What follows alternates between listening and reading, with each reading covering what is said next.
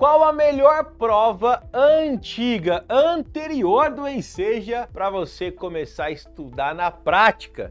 Nesse vídeo de hoje eu vou te mostrar a prova, vou te dar o porquê dessa prova que eu vou te mostrar. Eu vou te dar o link também para você já baixar essa prova, ser a melhor de todas, para você destravar, chegar no dia 27 de agosto e mandar bem no Enseja 2023. A primeira coisa que a gente tem que saber, antes de falar qualquer coisa, meu filho, é conhecer os dados. Então a prova que eu vou te dar agora não é a prova que eu acho ou eu considero ser a melhor prova. É a prova que os dados, que os números mostram que é a melhor prova para você começar a estudar.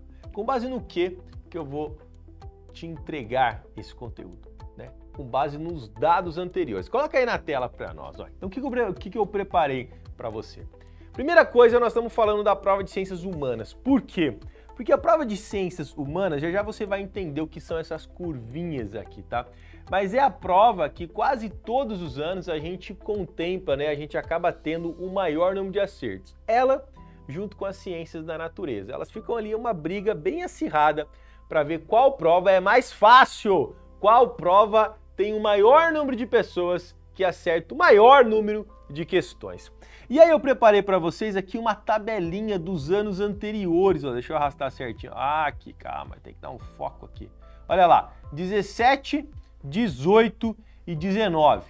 Então em 2017, olha só, qual foi a média de acerto? 17 acertos. 2018, 14, ou seja, a média baixou, quer dizer, a prova foi mais difícil. Na média, as pessoas acertaram 14 questões, enquanto a primeira prova de 2017 teve 17 acertos. E em 2019 teve 16 acertos na média.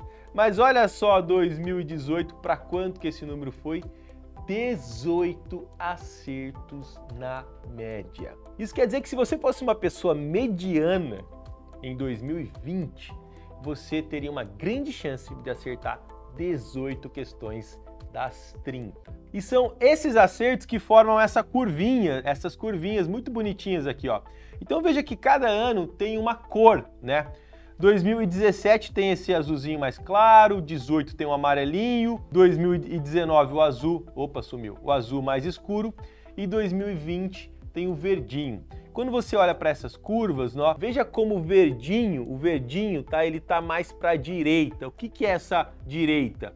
Embaixo aqui você tem um número de acertos, ó, 20 acertos, ou no finalzinho aqui você tem até 30 acertos. Deu quase para ver ali, né? Olha lá, 30 acertos, tá vendo? Então veja que a curvinha verde, que é 2020, ela tá mais para a direita, ou seja, o pico de acerto foi em 18 questões. Fez sentido para você?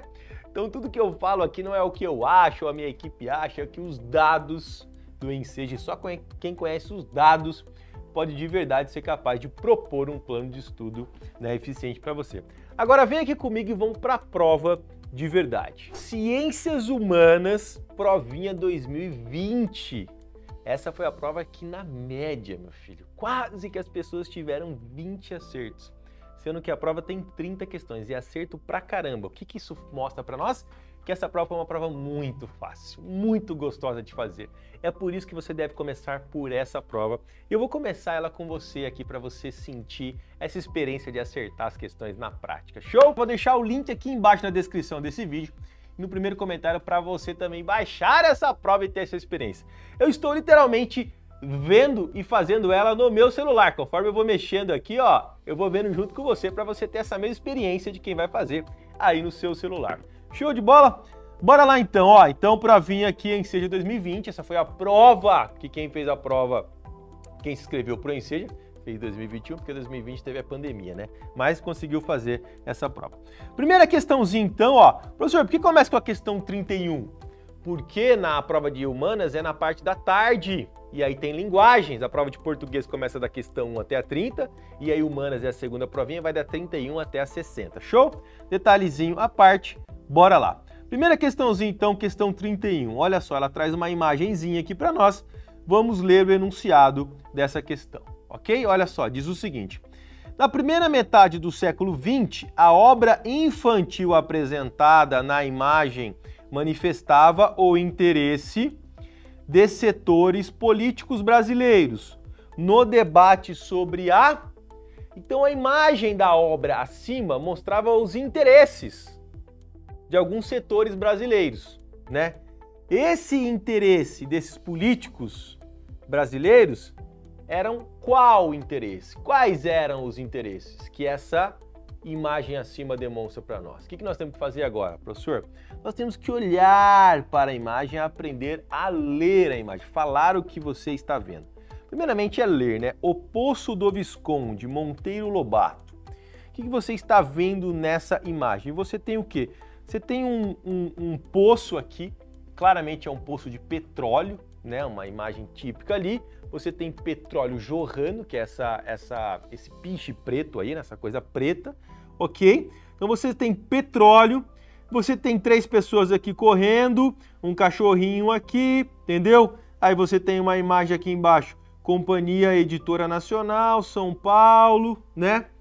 Não dá para ler muito bem aqui, mas não significa muita coisa para nós. Ah, tem uma descrição aqui em cima, olha só. Geologia para Crianças. Então era um livro infantil desse autor consagradíssimo, Monteiro Lobato. E você tem essa questão aqui em torno do petróleo. Um poço de petróleo, jorrando petróleo, as coisas correndo aqui, 3 pessoas correndo, né? Pessoa de mais idade, um jovem aqui, uma criança, um cachorrinho, tudo bem. Petróleo é uma riqueza nacional, petróleo é uma coisa que, né? Na década de quando ali, ó, no começo do século XX, na primeira metade do século XX. Que data é essa? Século XX, professor, acho que é 2000 alguma coisa. Opa! Que século que nós estamos? Século XXI. Então, século XX, eu acredito que você deve ser igual eu, você deve ter nascido no século XX, que é 1900. Então, todo mundo que nasceu lá de 1900, né? 1901 até 2000, nasceu no século 20. 2001, você já começa aí no século 21. Fechou? Então, a metade, da primeira metade do século 20. Na primeira metade do século 20, 1930, 1940, entendeu? Na primeira metade, até 1950. A segunda metade do século 20 é 1950 para frente. Ok? Fechou? Bora lá então, ó. Então o que a gente vai ter que fazer aqui? Qual que é com base nisso, né? O que a gente consegue interpretar que era a preocupação dos políticos com base nessa imagem. A preocupação dos setores políticos brasileiros, com base na imagem acima que fala sobre o petróleo, traz a ideia do petróleo. É o quê? A expansão dos direitos civis. Direito da mulher, direito do voto, direito do idoso, direito do adolescente. Falou sobre direito civil? Não, né, gente? Pelo amor de Deus. Então vamos colocar um vermelhinho aqui, ó, e vamos fazer o quê, ó? Cobrinha nela, pelo amor, tá? B, redução das desigualdades sociais. Essa imagem aqui tá falando para diminuir as desigualdades sociais, diminuição da pobreza, da fome. Falou sobre isso? Pelo amor de Deus, claro que não. Não está falando nada sobre isso. Está só mostrando um poço de petróleo ali, então cobrinha nela. C, nacionalização das riquezas. Opa, perdão, fiz 2 risquinhos sem querer aqui. Opa, eita, 3 risquinhos sem querer, né? Nacionalização das riquezas. É isso que está falando aqui? O petróleo é uma riqueza. Nacionalização, alguma discussão sobre a questão se o petróleo é brasileiro ou não, se o petróleo é nosso ou não, interessante, vamos deixar em aberto. E D, intensificação das disparidades regionais. Intensificação das disparidades. Disparidades são as diferenças, né? Falou sobre diferenças regionais, falou que o sul é diferente do norte, que o leste é diferente do oeste. Falou alguma coisa sobre isso? Não, né? Pelo amor, então cobrinha nela também, ó.